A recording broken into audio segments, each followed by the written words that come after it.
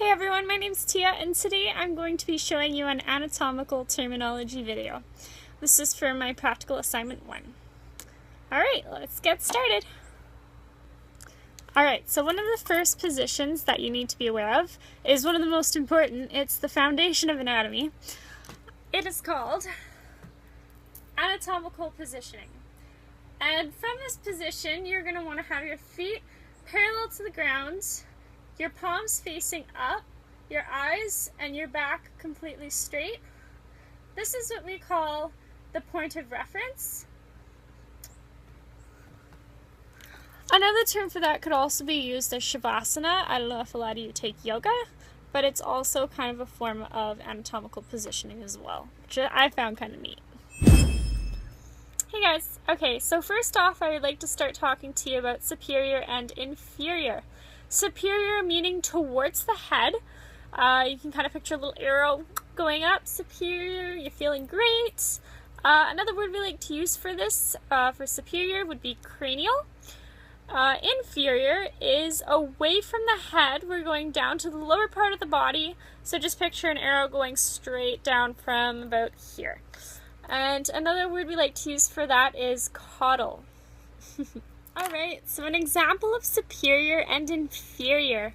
The lungs, which are located about right here, where you breathe in, are cranial to the liver, which is right below here. An example of inferior would be the small intestines are caudal to the stomach, which is up here. Alright, so anterior and posterior. Anterior meaning toward the front of the body, which is this part.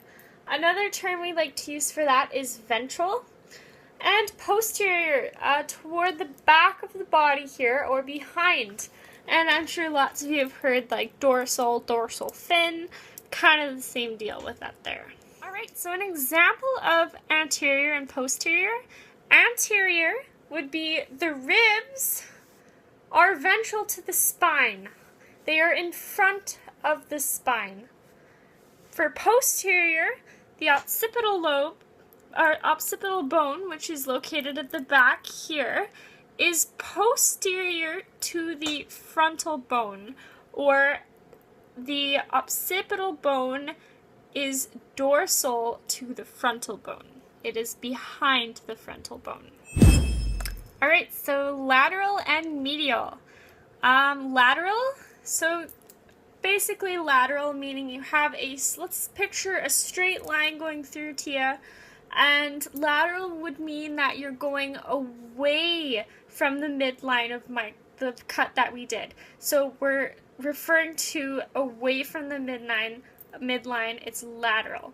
Medial, on the other hand, is toward the midline, so anything going inwards toward the midline would be known as medial. Alright, so a lateral and medial example for you would be that the lungs here, let's picture the lungs here, are lateral to the heart, which is over here.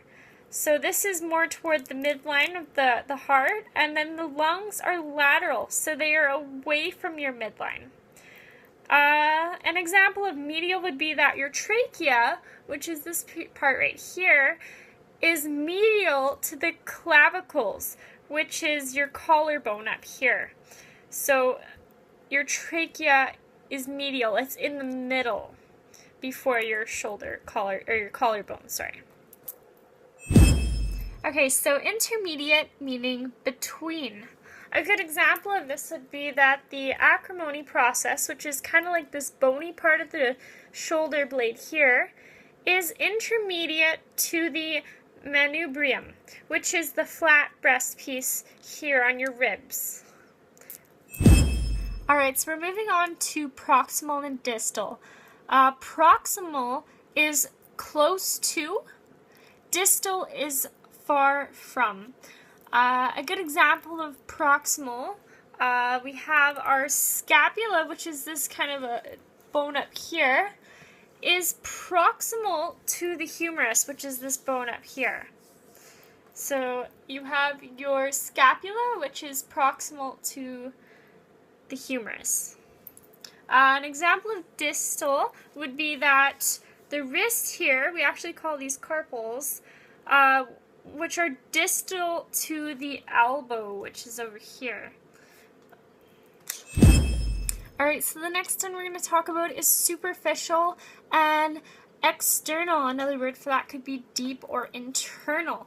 Superficial and external, meaning toward the body surface, so at the top layer here. Deep and internal mean away from the body surface, so we're kind of going deeper into the skin. A good example of that would be like your skin. So you have your epidermis, and then below you have your dermis. So your epidermis is superficial to the dermis.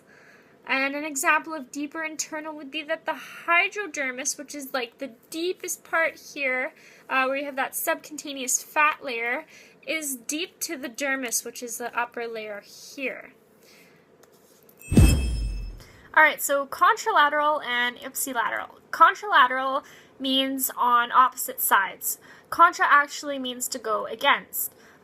So contralateral, opposite sides, an example would be my left arm and my right arm here, or my left fimbriae and my right fimbriae. Ipsilateral, it means on the same side. So ipsilateral, ipsi actually means the same. So we could do my left fimbriae and my leg, or my left arm and my leg. And yeah, it's really useful if you're telling between which sides, if it's on the same side or if it's on a different side. Alright, so now I'm going to talk about some of the cut examinations that you can see different images. For one, we have the coronal or the frontal, which is just a complete cut right through all the way. So you can see the front portion of the plate that you're looking at.